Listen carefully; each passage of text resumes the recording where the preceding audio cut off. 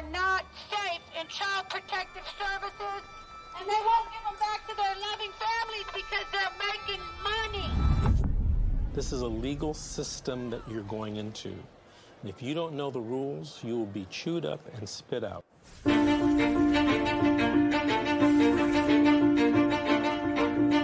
If I could say anything to a mother who just got their children detained, you're in a crisis.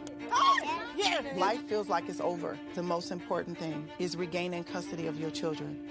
The child welfare system at its core is designed to protect children who need protection, okay? And that's key, is who need protection. So social workers, out of fear, will remove more children rather than only remove those children that truly need to be removed. It's okay. It's okay. This isn't someone stole your car. Someone broke into your house. This is someone took your child, your flesh and blood. It doesn't say on this order that it was not proven. It says untrue. True. I immediately knew that, okay, well, this ain't over.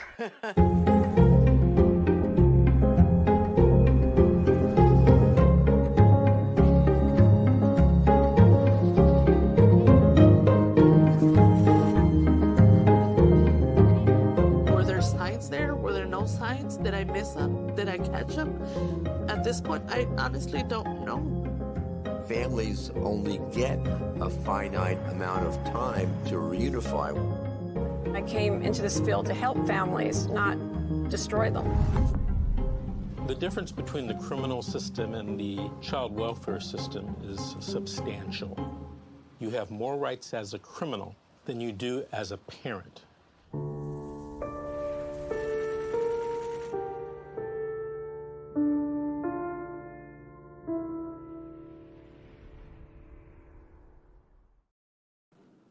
Hello, good afternoon, everyone, and welcome to CPS Current Events. I'm your host, Amanda Cisco, and I'm joined by my guest today, Tim. How are you today, Tim?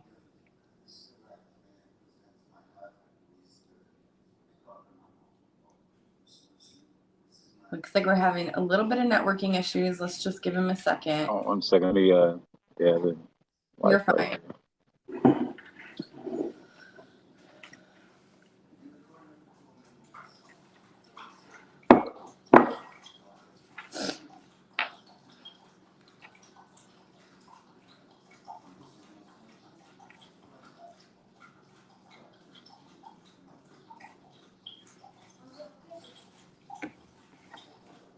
Hear me? I can hear you good now. Okay. I think So, we should be Tim, good. tell us about yourself. What do you do? So right now, I'm going to school. I'm at college right now, actually, as we speak, at Monterey Community College, and I'm just a full-time student right now. I also I serve on the Continuum of Care Leadership Council for Monterey and San Bernardino counties, with the Homeless Coalition. Very actively involved in the community.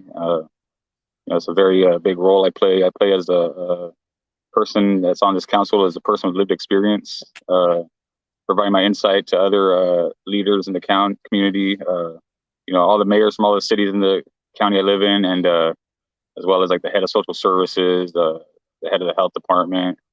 Other leaders are on the same council that I was voted on to, just to provide my insight, and they trust my insight and help and guide them to some of these programs and to help solve some of the problems with the homelessness in the community. So that's really amazing. Yeah. So you work with all these people in your city. Tell me how CPS became a part of your life. CPS became a part of my life originally about a month after my son was born. They became involved in my life. The mother of my child, she's diagnosed bipolar. She has a mental condition. It's just a very, very difficult living with the person and learning to try and live with someone that has that kind of mental condition. I've done a lot of studying on it and stuff like that. I mean, it's for anyone out there that's experienced it, it's not the easiest thing to do. Right.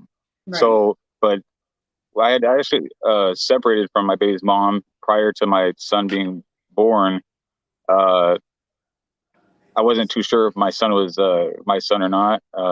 And, you know, there's other reasons. I just wasn't really working out the relationship with me and her. But she had began like making these false reports on me with this one officer in particular in the city we lived in, and became very involved in some sort of relationship. I'm not sure if it was romantic or not, but she did establish a relationship with this officer. And whereas she began just making reports just to meet up with this officer before we had gotten back together. When my son was born, I decided I wanted to make sure he was mine, and I got the DNA test at the hospital. I was in the hospital when he was born, and I got the DNA test and my son. And so I wanted to be there. I mean, the most important thing to me in life is, you know, being able to be there for my child. And I think it's important to have both parents in a child's life growing up as a family. And there's actually like nothing more religiously important to me or just altogether important to me in this life than making sure my son grew up in a normal, happy family. And so I was willing to make the sacrifices necessary on my part to try and make it work with my baby's mom. And a month after he was born, my baby's mom, she was going through a lot at the time.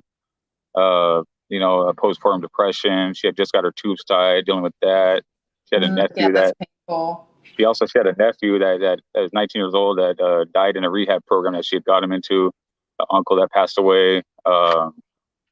You know, I was about to go into surgery in a week for my knee surgery. I was going to be on crutches for the next 3 months. So she was just going through kind of a lot, and she was feeling suicidal. And after contacting with a mutual friend of ours, she suggested calling and putting like a 5150 hold on her or something like that, or just calling to get her help. So I agreed to let my friend of ours call, and she did. So the officers arrived, and this is the first time I would meet this officer that she had been established this relationship with over the summertime prior to my son's birth.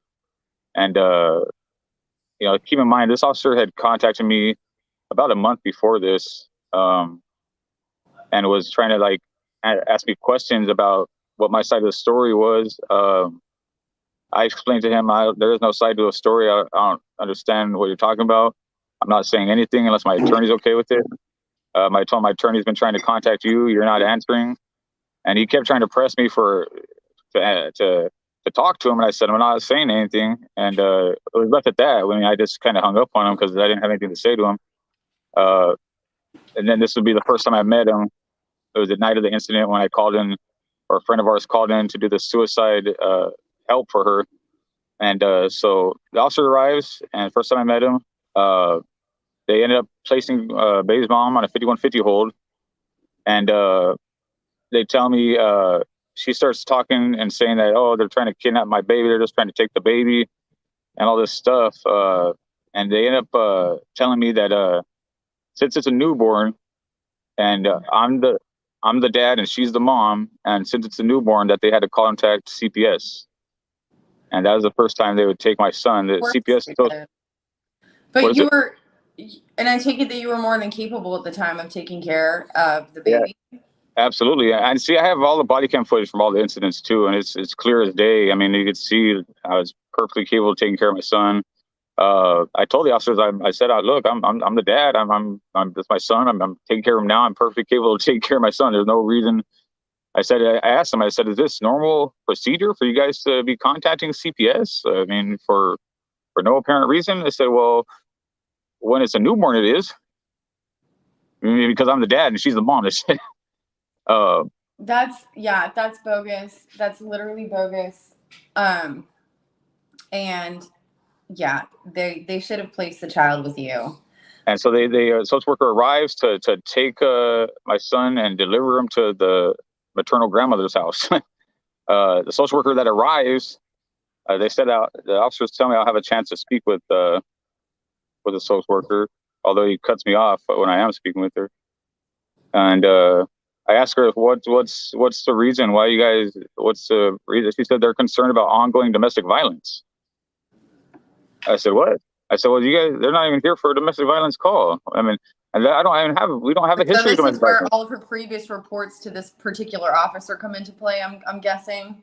Yeah, that's what I'm assuming, because I don't have any domestic violence in my history, or she doesn't. There's no charges. I mean, it's all erroneous reports. That nothing panned out of. And that's the thing that kills me, is that someone could just make a bunch of false reports on you, and CPS is able to use these as a substantiated evidence that of the history of this. See, that's the problem, though. Unless he were found guilty or charged with anything from these bogus reports, it's not. They say it's this. They say it is substantiated evidence, but it's not, because to substantiate evidence, that would have to mean that you had evidence in the first place, not only evidence, but admissible evidence, and enough of it to be substantiated, to be considered a preponderance of evidence. And these fucking, sorry, I'm trying to cuss less. These judges just blindly accept anything that these cockroaches, aka social workers, say, without even asking to see any proof. Blindly. Without making sure that even if they did give proof, that's not just hearsay, is it actually admissible evidence? Does it follow the rules of the Supreme Court of your state? Right.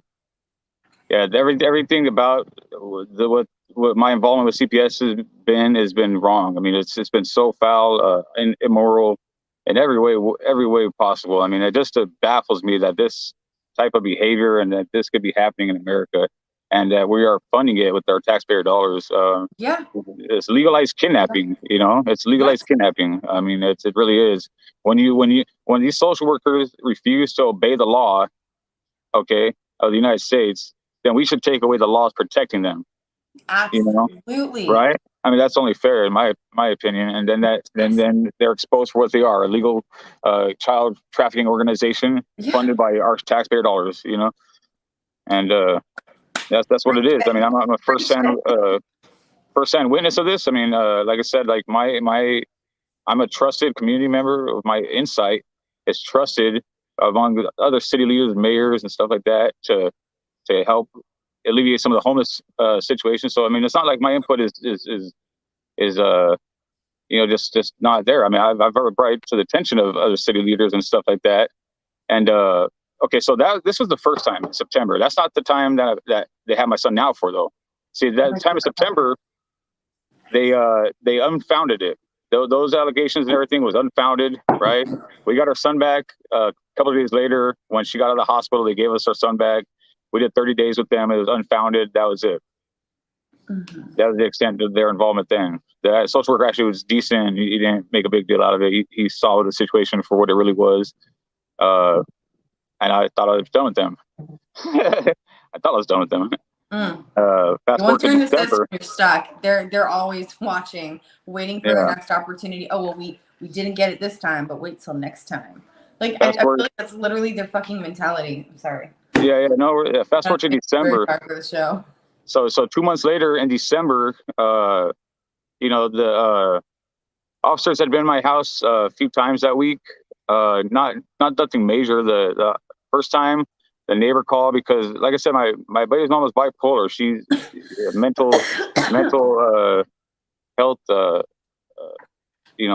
problems, and so she's yelling at the window, threatening to throw my laptop out the window at me as I'm talking to my friend outside, asking me what she said I'm messing with the internet. Stop messing with the internet. And I'm like, hold on, just hold on. Wait, what's going on? I go inside and her laptop's in airplane mode. And but a neighbor had called because they heard her screaming out the window at me. That's a major incident. That was it. The police came. They told me just to go get a room for the night and separate for the night. They let me take my son, leave, and just get a room for the night.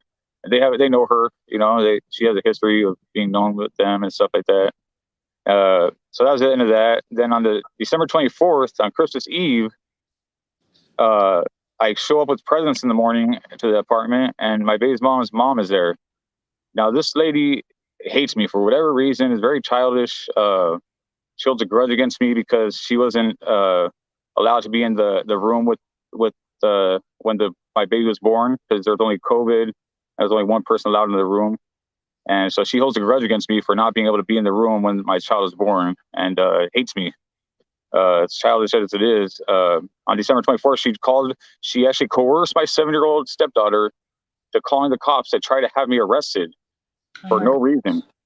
So I'm sitting on the couch with my son, and 2 officers arrive and start asking me all these questions. And eventually they're like, why are we even here? They don't even know why they're there. They found her, they unsubstantiate her allegations. They let me take my son and leave, and told me just come back later when she's gone. And she was very upset about that. She was livid that they let me do that, and that she didn't get her way. Because her little scheme backfired on her. Yeah, she was pissed. She was pissed that she didn't get me arrested. And fast forward to 3 days later.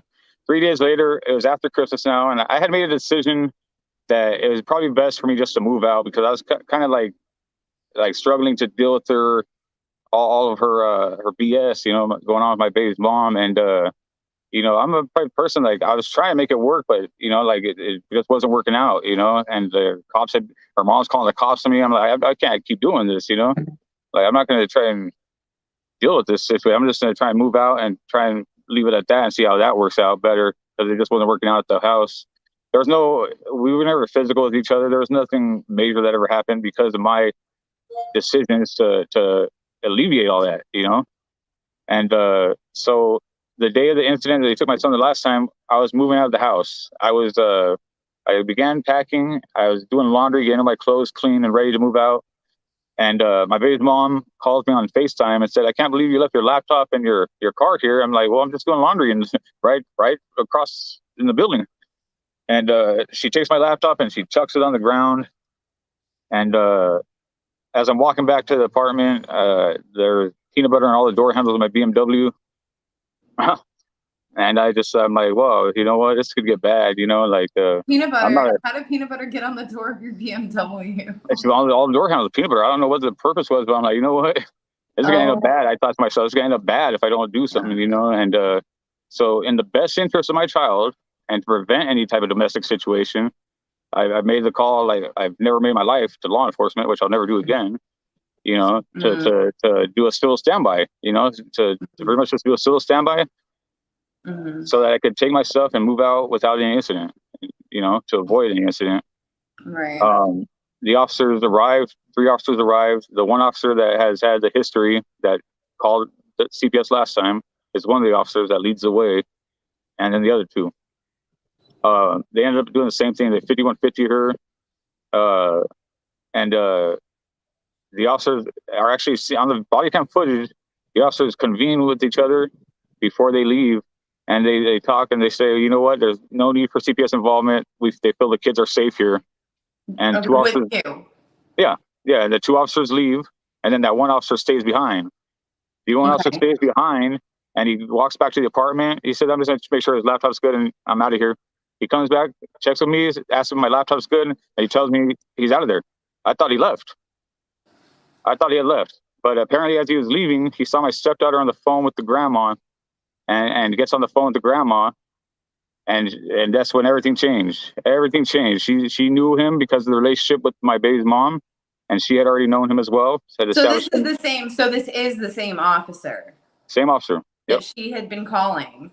Yep. So why the hell is she teaming up with this officer, with this deputy, when he's going to turn around and call CPS on both of you? That doesn't seem like it was very beneficial to either one of you. This is the grandma. The grandma's on the phone with them now. So her mom. Her mom. So he wanted to make sure the kid wasn't going to be left with you, like your son.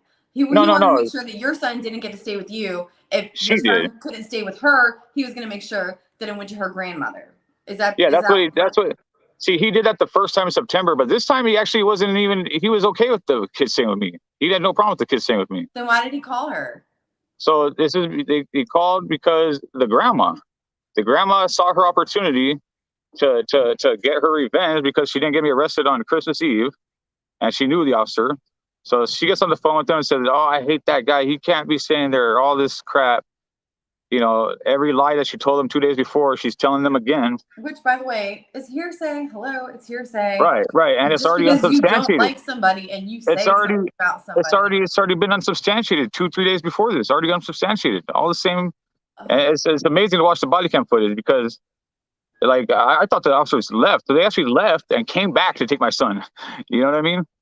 Like, that's my perception of it was, it's crazy. It's really crazy because, she shows up. He waits for her to show up, right? Because she says she doesn't trust me there with the stepdaughter and all this stuff. And anyway, she shows up and just she's intent on getting me on the baby's daddy hustle.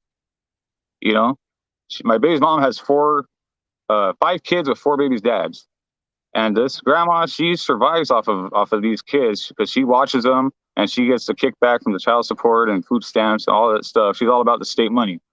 She does in-home support for her. Everything state. She's all on board. She's trying to get me on the child support hustle tough. And no, there's nothing. I will say this: there's nothing wrong with receiving state assistance when you have multiple children, but and just because I haven't been on any kind of assistance in years, but just because somebody is not behaving like a good person doesn't automatically mean that they're defrauding the state. It's something that's available to everyone, even bad people. So just try not to poison yourself with those thoughts because you don't know that for sure. I'm sure she loves her grandkids. I'm sure the mom loves her children. She's just sick, and you seem like a very decent person. I have borderline, which is like a step up from bipolar.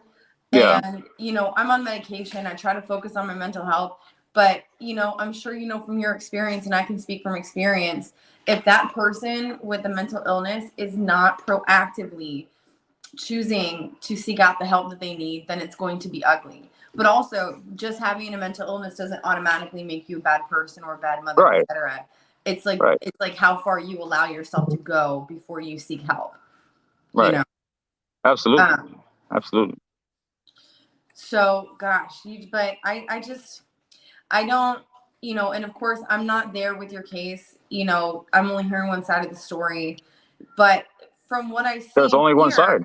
There's only one side. There's only the truth. Be a reason at any point for your son to be taken away from you.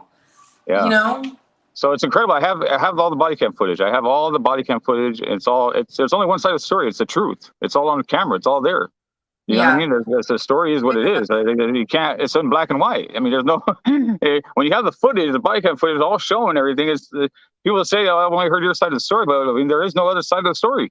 And she's the one who ends up getting committed anyway. So tell me, what is a 5150 hold for those of us, including myself, who aren't sure what that is? 5150 hold is like a psychiatric evaluation hold. So they take her in and then they evaluate her psych and make sure that she's not going to be a danger to herself or anyone else. Okay. That's a 5150 hold. So it's a terminology they call it. So how long would they hold her there? Typically, they hold her from 24 to 72 hours. Okay. Unless they think that she needs to be committed. Yeah, but they didn't even do that with her. They just took her to the ER and let her go. Yeah. I mean, that could partially be because of COVID. I was in the ER with accidental poisoning, is what they said on my papers. And they were like, "You're fine. You can go." And I was like, "Wait, really? Are you serious?" And she was like, "Yeah, there's like 50 people alone in the waiting room and we have no beds for them, so you can go." And I was like, "Okay." So, but mental health is like one of the things. I have a whole show just about that, and I like to talk about it. But it's like, I appreciate being able to hear your side of things. So tell me what it's like to be in a relationship with somebody who is bipolar. So that's what my whole case is about. My whole case should have been like handled as a mental health type of case, and if they really wanted to help, they should have looked into helping in that aspect because, you know, like I didn't really believe bipolar was really like a disease. I thought it was just something like this girl said, you know, but it really is. It really is a disease. Yes. I represented my baby's mom at her hearing for her disability, disability. She's receiving disability from the state for her bipolar condition, and they were trying to take it from her, and I represented her and won, and she was able to keep her disability. Basically, like she has manic episodes, like where like she'll just start going and just start like rambling on about nonsense, and like once she starts going, it's you got to really be able to. I learned how to just be able to follow my sword a lot and just be the bigger person a lot. And it can be abusive if you got to have tough skin, you know, to be able to handle these situations and not let your emotions get the best of you.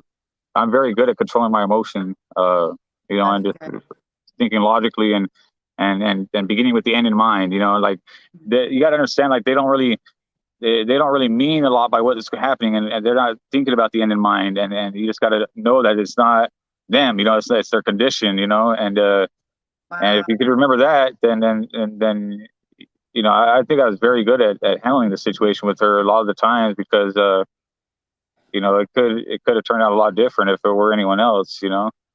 That is really cool to hear you say that because, you know, you're absolutely right. And like everyone out there listening, if you are in a relationship with somebody who has a mental disease, you know, make sure that they're seeking help. Otherwise, the relationship isn't going to work. They're in danger to themselves and to you. You know, it's going to happen eventually. Like they need to be on medication. They need to be in therapy. Like they need to be actively doing things every day to make sure that mentally they're going to be okay. Like they need to be exercising, eating right. I mean, all of that matters when you have something like bipolar disease. And absolutely, like you said, you know, the fact that you are mentally and emotionally stable and you can control your emotions and like you have the wherewithal to try to see things through to the end, that is so important to have at least one person in a relationship where somebody has a mental illness. That is of utmost importance, because if you don't have that, like that solidarity within yourself, the relationship is going to be so toxic. So, and it sounds like you were really patient with her and you really tried to work with her. Right. So when did things start going bad? Like really bad, I guess. Well, things in our relationship, things weren't really bad. Just like I said, all these incidents happened. I was on crutches for 3 months. I couldn't bear any weight on my left leg because my knee surgery, and so she had to really step it up. And I guess that's probably where it kind of like started getting a little. Our relationship kind of started falling apart because we weren't as intimate with each other because of my knee thing. And she was like, you know, she liked to drink, and she would use occasionally, and that would just fuel her episodes. You know? Yes. I'm ashamed to say from experience, you cannot mix alcohol with your conditions. You just can't do it. And absolutely, it will feed into your episodes. I remember the day. There's already like a chemical imbalance. And like what alcohol does to our brain is it just suppresses like the chemicals that we need to be producing. And it's like our id comes out, you know, like that part of our ego, which is just banal. It's like animalistic. It's so bad. It's so bad. Like we just throw all evolution out the window, and She's the type of person too, like she cannot like drink or use any type of drug. She loses her mind. Like it's just some people can function. She cannot function whatsoever. You know, she just completely loses her mind. I remember the first time, like I was so angry that she had like gone out and found her fix somewhere, and she was like up all night, and I was so pissed off at her. She's like, "Why are you so mad?" I was like, "Cause like, so I haven't even done anything." I said, "Yeah, but you don't understand what I see. I see a lot. What you're doing now, I could see all this happening just because of her action." But she can't see it. She can't see it, and she can't understand that. You know that when she came home, she was different. See, to her, she thought that she was still normal. You know, I'm gonna go along with this story. It's all gravy. But really, you're sitting here looking at her, and you're like, dude, I see what you like. I get it. Yeah. I mean, I didn't see it to this extent. because I always thought I knew that I had everything under control in the end. You know, in the end, I knew my son was safe. I pride myself on being a good father to my son. I mean, I didn't have a dad around growing up. My dad was absent since I was about 8 years old.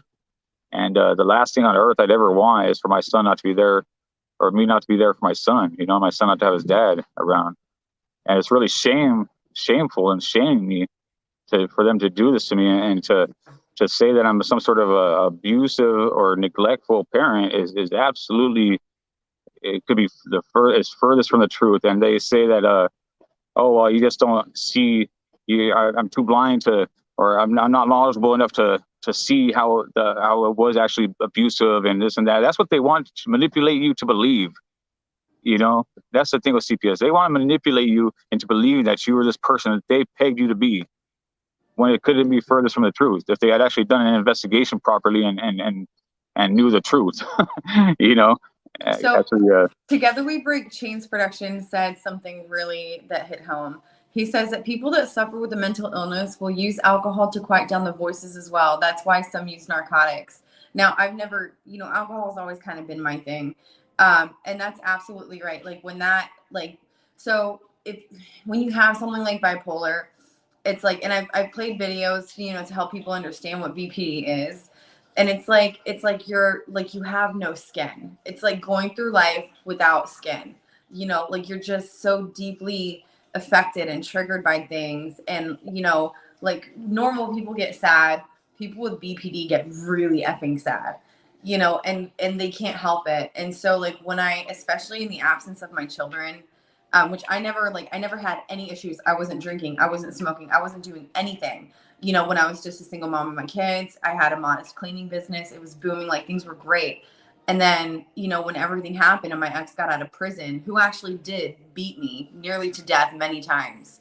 And it's like these courts are protecting him and saying that I did these horrible things to my kids. And there's absolutely no evidence. And it's just sickening. Like I completely lost touch of reality because I'm like, there is no way that in this supposedly free country that we live in, we are actually doing this to our families. Like there's no way that I walked into this courtroom this month and 3 months later and 3 months after that, and that shit actually went down. Like there's no way I must be in some kind of alternate fucked up reality. $2 in the swear jar.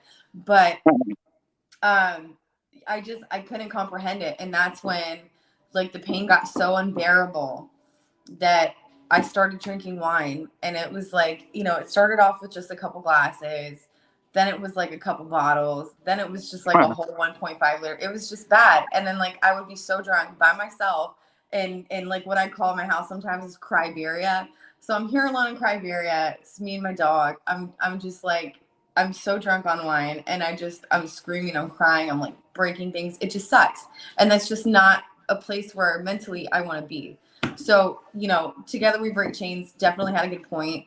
There is a reason why, your ex wanted to drink and just get to that mental point. But we never start drinking and say, oh yeah, I'm going to do this at the end of the night. It's like, okay, I'm in a lot of pain right now. Let me use this to help calm it down. And we never, no matter how many times the cycle repeats itself, for whatever reason, we just never like have the wherewithal to say, if I pick this up, I know where this is going to go. Like we just don't even think that far. All we're thinking about is how much we're hurting right then in that moment. right. But sorry, I digress. That was just my No. You're absolutely right. I agree 100% with that. I could see that. I could see that definitely. I could relate it to my baby's mom as well. I believe that she probably thinks the exact same way. Yeah, but it's again, it's not healthy, and you have the right to live peacefully. You have the right to live peacefully with your child. And if you guys can't do that together, then both parties need to be adults. And I'm not saying at all that you're not being an adult, right. But it's important that both parties, all parties involved, actually CPS included, everybody needs to grow the F up and just handle it maturely, like an adult. Exactly. Not kidnap kids for money.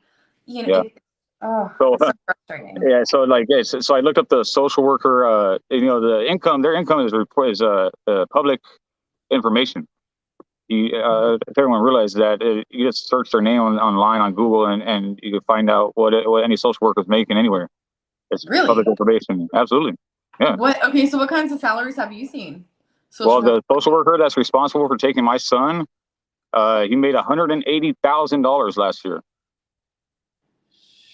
$180,000. Are you serious? It's public, and it's just public information. I mean, it's not. No, that's and I looked up a couple of the other ones involved, and they're all about the same 150, 160. And so the one that took my son, he had 70,000 in regular income, his salary income, and about like 10,000 was overtime pay, and then the other 80,000 or whatever it was came from other sources or other revenue, something like that. I don't know how they worded it exactly, but it was other types of compensation. That's what they said. Other types of compensation. Oh my gosh! Because when I looked this up before, I was seeing figures like $60,000, $70,000 a year. No. Other They're making as much as a doctor or a lawyer. Oh, you know? Yeah, I'm literally sitting here thinking like, dude, you make as much as lawyers do, and you barely even had to go to school. Are you serious? Right. Unbelievable. I cannot believe that. Now it made sense to me that, okay, well, there's definitely some incentive there. You know, they so like back to when they took my son. So the grandma shows up and she just starts bad mouthing me. She's telling them that she said, well, the officer's actually kind of got my back, and he's saying like, well, they've already been involved. They know what's going on. The situation here is they already know. But what do you think they're going to say this time? If they already know where the situation. And the grandma's like, well, it's because they lied and said they're doing this and doing that and going to programs and this and that. All a bunch of lies. She told them, like, but that was a lie. That's not what happened. They just saw that the situation was what it was, and they just and that was it. You know. She said that the grandma told the officer that I was always in the restroom using drugs, and she knew because she observed burnt spoons. The officer says, well, he just walked to the house. He didn't see any burnt spoons. And she just hates me so much. She's never even around me to even be able to say that. I've only met the lady like 3 times in my life. You know what I mean? She says that everything, she just said a bunch of lies. Everything she said was a lie that she tried to tell them 2 days before, and the officer is unsubstantiated. She's telling the same thing to this officer that she knows, and he until he gets on the phone and calls CPS. He's just like, well, let me get on the phone and call CPS and let me see what they think, you know. You know So what I would have told Grandma? I would have said, listen, you need to go home, get off my property. Well, they're outside. They're outside, like in the parking lot of the apartments. I don't even know what's going on. I thought the officer left. Closed my door, shut my blinds. I would have told her, if you have an issue with me as a father, then take me to court. Unless you have anything else to say to me, have a good night. You are not welcome here. If you so much as knock on my door, you're trespassing. Goodbye, officer. Am I being charged with something? Okay, then you have a good night. See, you got to remember, I thought the officer left already. I didn't even know he was still there. That's not right. That's got to be like a violation of some kind of rule. My door was closed. I was inside of my baby just taking care of him. I wouldn't have answered. I wouldn't have answered anybody. Well, my stepdaughter, what happened was, so my stepdaughter was running back and forth, you know, like, and I'm trying to figure out why he's still there. And the officer comes back and he tells me that, oh, I just let you know I'm contacting CPS. And I told him, I said, you're the only one that does this. Why are you contacting CPS? Why are you getting them involved?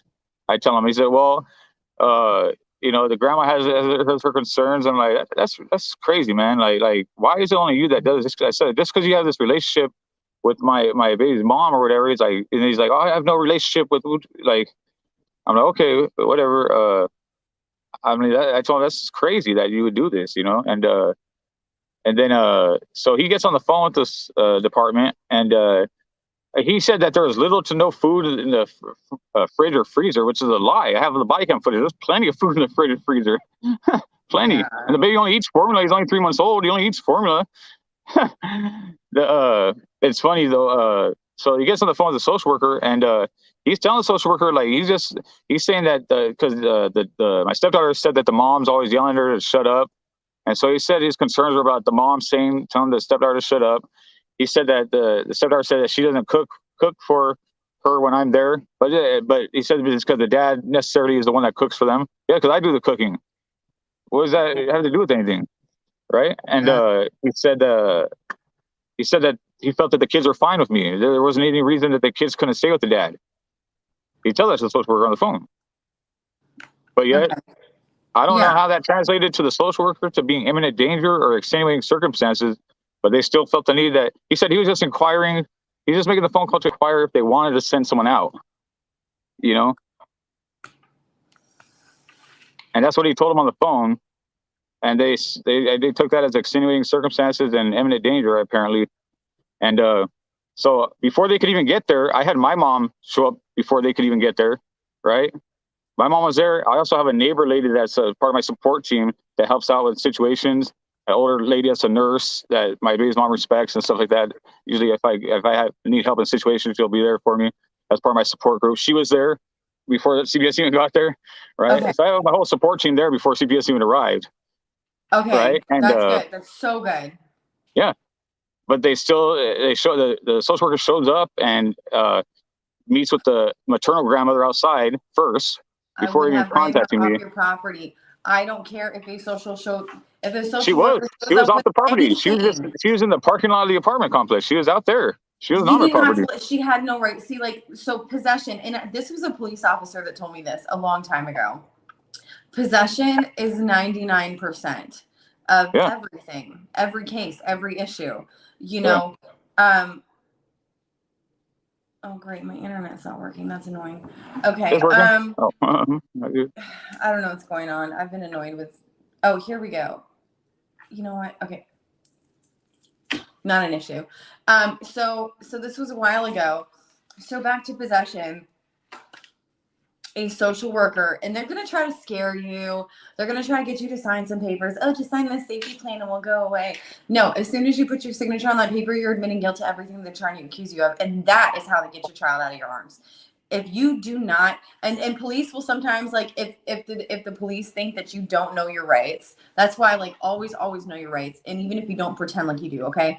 Because as soon as they can sniff out that you don't know the fact that they can't actually physically remove your child without a court order, and I guarantee you these people didn't go to court yet. No, I'm going to tell you about that in a second. I'm going to tell you. They have no right to take your child. They cannot do it. But they try to scare you into handing your kid over. If they physically rip the child away from you, oh, honey, you have a case. Let me tell you, you have a case. They are not allowed to do that. Yeah, it's I guess my mom was there to watch them for the night anyway. My son for the night anyway. My mom's gonna watch me to let me finish moving my stuff, and so that's that. My mom, I was just planning. I thought she was just gonna have him for the night, and I was gonna get him back the next day. You know what I mean? Right. And what happened is I've lost it. My phone call for help to prevent a domestic situation in the best interest of my child ended up costing me my son for the rest of my life. Oh, I wouldn't say you lost your son for the rest of your life. Okay, so tell me, because we're about like 15 minutes out at this point. Actually, we're close to 10. So why do you say you're not going to see him for the rest of your life? Well, so then so they ended up taking my son that night because of that, right? The social worker says that she walks through the house. She said there was a white powdery residue substance on multiple counters in the house. I said, have you ever given the baby formula? Have you ever had to put a bottle in the middle of the night? There's not cocaine powder on all the counters of my house. Stuff like that. Ooh, I would have grabbed They lied. They literally lied about everything in the petition. Everything. The social worker fabricated evidence. He said the social worker, I recorded the conversation with them, the first conversation I had with them. And he said that I refused a drug test. I have the whole thing recorded. I never refused a drug test. I have the whole thing recorded. But you know what? The messed part is the first hearing they have is this ex parte hearing. Mm-hmm. I don't understand who in their right mind and what country that we live in that they thought it would be okay to go ahead and the most important hearing where the judge decides to take your child and put a protective order against you is a hearing where you have no civil rights whatsoever. You have no way to defend yourself. No due process rights. And most of the time, they don't even tell you when or where the hearing is. They don't want you there. That's a violation of the 14th Amendment right there. Yeah, what it is they give the social worker gives their erroneous petition to the judge, filling it in with exactly what they know the judge wants to hear, to take your child, all a bunch of lies that I have evidence for, that as lies, but I can't present it to them. The social worker said that I would be able to write a statement. No, you can present it to them. You just have to know how. You have to know the rules of evidence. You have to know the rules of civil procedure. It's another part of studying your rights. But if you can't attend the hearing, that's a good point. There are ways to get around it, but it's difficult for me to say without, committing unauthorized practice of law. I don't have a license to give anybody legal advice. I try to give as much legal education as I can, but it's really complex. He tricked us too. He said that we'd be able to write a statement, and so everyone wrote a statement, and then he read the statements, I guess, and when he read them, he's like, "Oh, actually, you guys can't turn in the statements after all." Well, I mean, even though he told you to write a statement,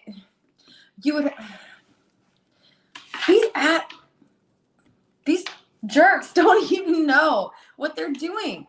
Okay, in order for any statement to be admissible in court, the person who wrote the statement, it's called an affidavit. The person who wrote it has to be there to authenticate it into evidence. Hey, defense attorney, did you, is this your name? Did you write the statement? Is this yours? Yes, Your Honor. Yes, that's correct. That's mine. Okay. Let's submit Exhibit A into evidence, and everybody reads it. The judge reads it. That's how it works. You can't just write a statement on a piece of paper and the social worker's like, "Oh yeah, we'll get it to the judge." Yeah, I bet you will. You're lying ass.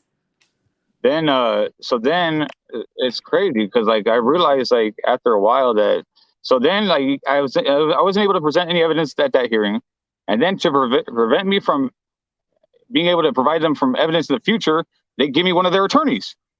They said, here's take one of our attorneys. They'll help you out. No, he's just there to prevent me from providing any evidence to the court. Your court appointed? Yeah, he's just there to prevent me from turning in any evidence to the court. It's an obvious appearance of impropriety in that he's not there to represent me. He's there to represent the courts. Yeah. He's working for them, not for me. Even private attorneys, even the private attorneys that you hire are working for the court systems where their bar license is held. And to go against that court system, they are jeopardizing their bar license, and that's incredibly messed up, because everybody should be working for the law and the Constitution. They should be working to, protect and serve. These are civil servants whose salaries we pay for. And my son is a complete joke. We people are the ones who elected these assholes in the first place. We elected you into office. Right. We elected you onto that bench, Your Honor. We pay your salary with our taxes, Your Honor. And how do you thank us? You steal and kidnap our children and destroy our lives so that you can get even more money. Tell me how this is a democratic republic. Right. Well, tell me why. So, in civil law and criminal courts, they're hearsay evidence is not allowed to be admissible as fact. And in the CPS world, hearsay is fact. Not only is it fact, it actually overrules the actual factual evidence of the case. You know what I mean? Yeah. It's unbelievable. Yeah. The abuse of power is so crazy that there's absolutely no punishment or repercussions for the social worker. When I'm going to the head of social services, I serve in the same council with them, telling her, look, your social worker is lying. He lied. I have the thing recorded. Here, look, listen, he's lying. They said everything he said was a lie. They tried to put me on the child abuser list. Oh, I was pissed. They tried to put me on the child abuser. I called him up. I said, look, in order to do that, you have to substantiate this is fact. And I have evidence that this is not fact. It's not fact. It's not fact. In your petition you turn in. Did they back off when you said that? So he calls me back later, he's like, and he was pissed off. He was telling his boy, he's like, after speaking with my supervisor. Give him a second. I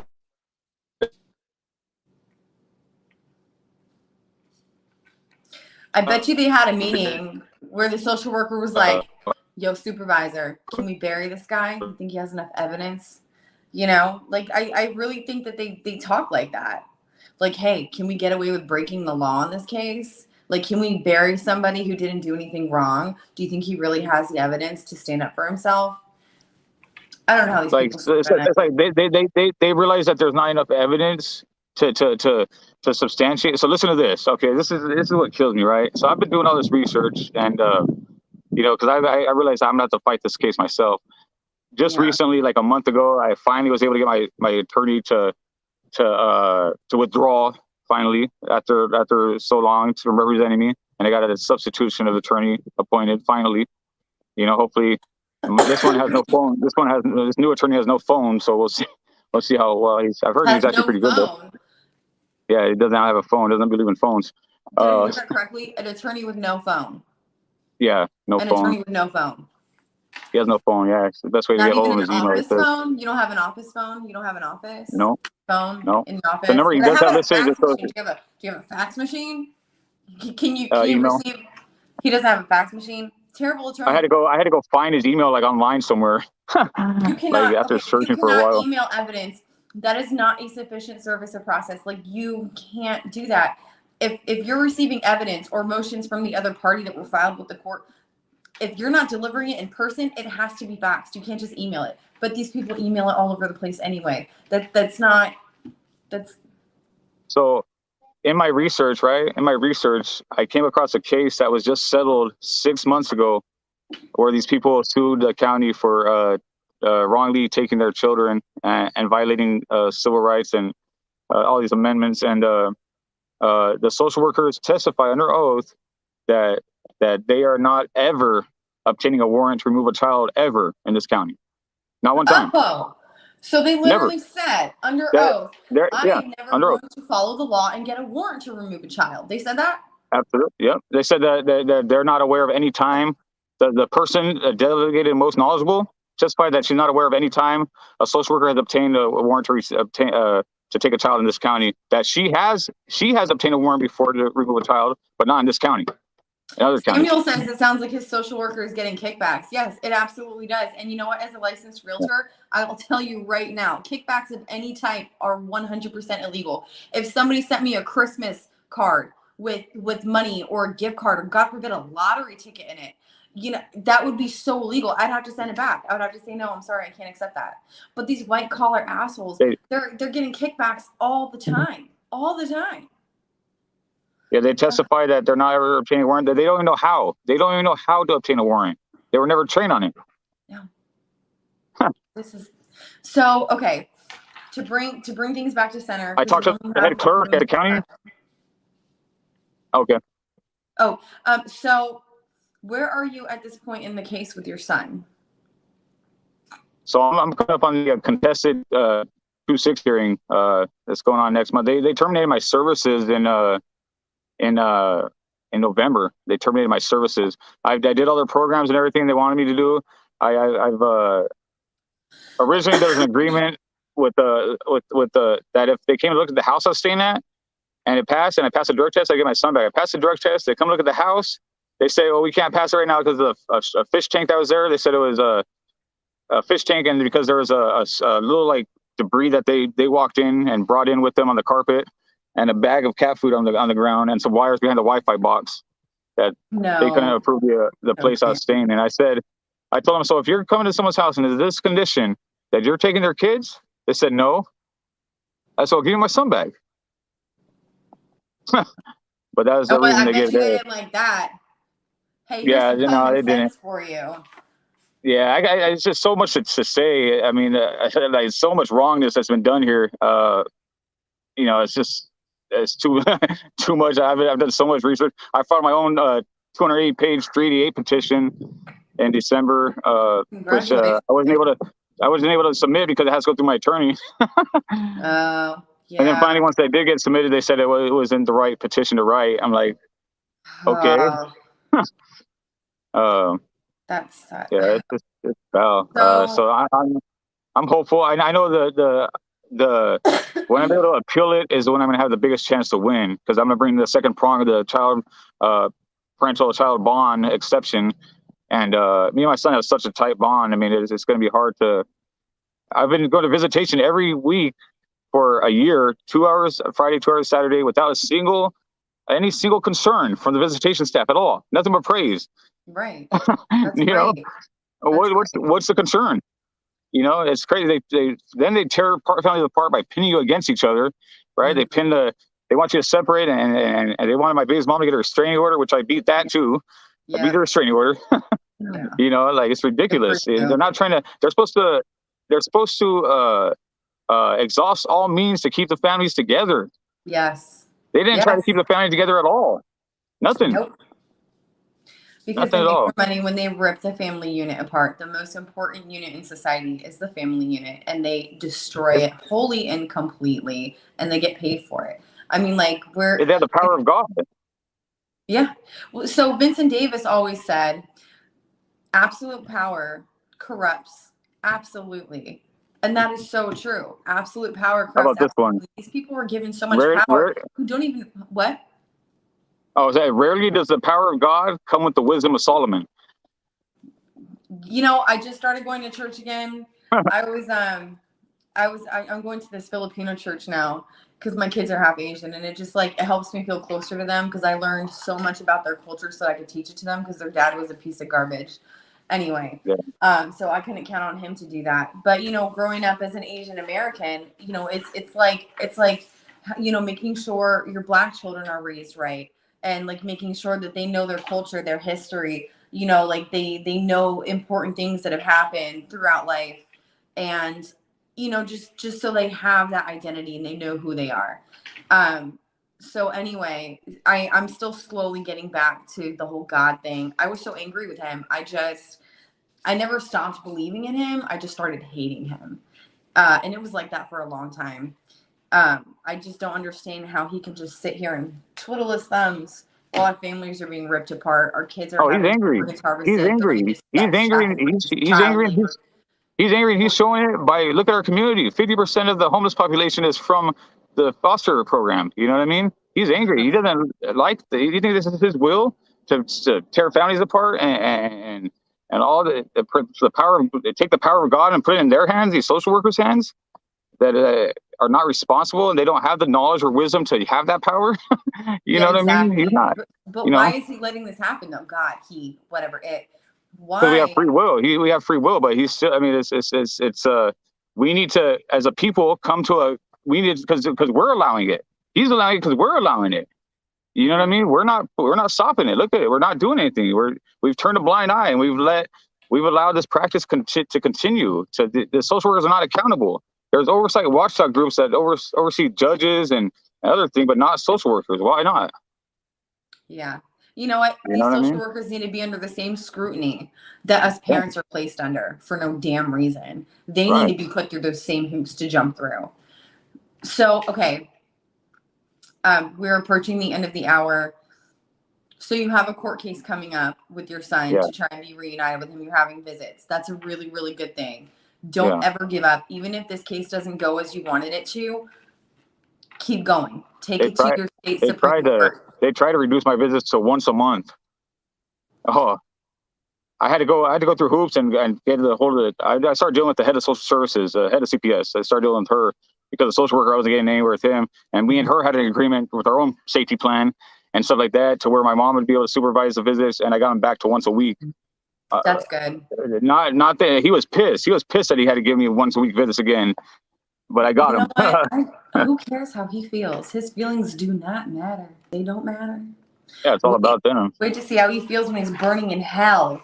The worst thing you do to it. You think you're mad. This is the worst. I mean, this is just, this is the worst thing that I've ever experienced in my life. I mean, to lose your.